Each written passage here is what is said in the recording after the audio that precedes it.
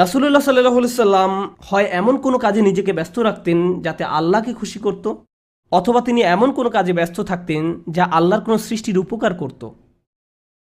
তিনি হয় শুধু আল্লাহর জন্য কিছু করতেন, নামাজ পড়া, জিকির করা, এই কাজগুলো ছিল শুধু আল্লাহর জন্য, অথবা তিনি কাউকে সাহায্য করতেন, তিনি কাউকে পথ দেখাতেন, শিক্ষা দিতেন, এমনকি তিনি মানুষকে জীবিকা উপার্জনের জন্যও সাহায্য করতেন। এভাবে তিনি অন্য মানুষদের সব ধরনের সাহায্য করতেন।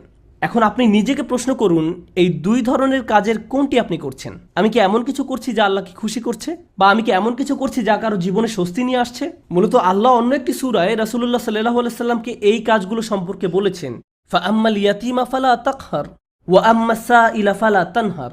সুতরাং আপনি এতিমদের প্রতি কঠোর হবেন না, আর ভিক্ষুককে আপনি ধমক দিবেন না।